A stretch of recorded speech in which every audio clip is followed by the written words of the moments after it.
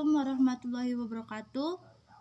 Saya mahasiswa dari STIE Bina Karya Tebing Tinggi. Nama saya Adil Fania. NPM saya 19110167. Di sini saya akan menjawab soal pra-UAS. Soal yang pertama, jelaskan bagaimana perubahan suku bunga dapat mempengaruhi permintaan uang di masyarakat sehingga mengakibatkan perubahan terhadap kegiatan ekonomi.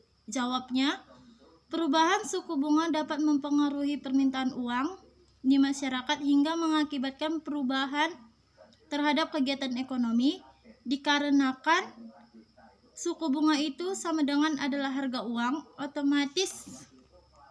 Otomatis kalau harga uang naik, maka masyarakat enggan meminjam uang ke bank. Nah, kalau harga uang turun, maka jelas masyarakat akan banyak meminjam uang ke bank.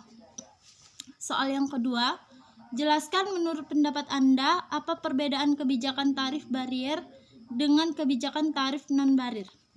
Menurut pendapat saya, kebijakan tarif barier adalah pengenaan pajak terhadap barang-barang yang masuk ke dalam negeri yang pada akhirnya harga barang menjadi naik. Sedangkan kebijakan tarif non-barier merupakan kebijakan perdagangan selain bea masuk yang dapat menimbulkan distorsi, sehingga mengurangi potensi manfaat perdagangan internasional. Soal yang ketiga, jelaskan bagaimana instrumen kebijakan ekonomi internasional. Jawabnya, instrumen kebijakan ekonomi internasional yang pertama, kebijakan perdagangan internasional, yaitu mencakup tindakan atau kebijakan pemerintah terhadap perdagangan luar negerinya, khususnya mengenai ekspor dan impor barang atau jasa. Misalnya, pengenaan tarif terhadap barang impor, bilateral trade agreement, pengenaan kuota impor dan ekspor. Yang kedua, kebijakan pembayaran internasional adalah mencakup tindakan pemerintah terhadap pembayaran internasional. Misalnya, pengawasan terhadap lalu lintas devisa, pengaturan lalu lintas modal jangka panjang.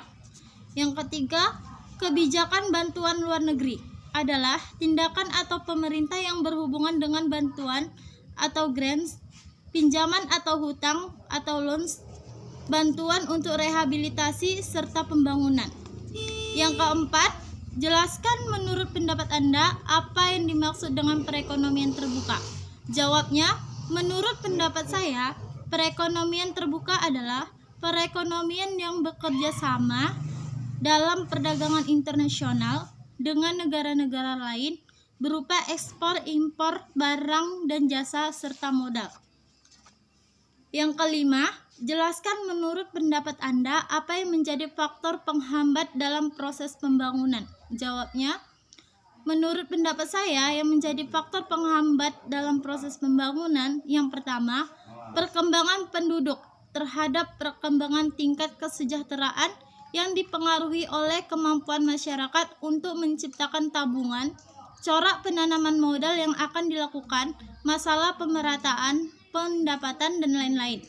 Yang kedua, perekonomian yang bersifat dualistik, yaitu perekonomian yang membedakan pembangunan sektor pertanian dan sektor industri. Yang ketiga, lingkaran perangkap kemiskinan dikarenakan pendapat rendah, tabungan rendah, investasi rendah, dan kurang modal. Yang keempat, struktur ekspor yang berupa bahan mentah terlalu bergantung pada ekspor produk primer yang menimbulkan dampak negatif, seperti perekonomian hanya terpusat pada produksi barang primer untuk ekspor. Perekonomian menjadi rentan terhadap fluktuasi harga internasional. Dan yang ketiga, karena ketergantungan mata dagang ekspor. Yang kelima, proses sebab akibat kumulatif. Perpindahan penduduk dari arah miskin ke daerah lebih maju, kurangnya permintaan modal di daerah miskin dan modal lebih terjamin serta menghasilkan pendapat yang lebih tinggi di daerah lebih maju. Itulah jawaban pra-UAS saya. Saya akhiri. Wassalamualaikum warahmatullahi wabarakatuh.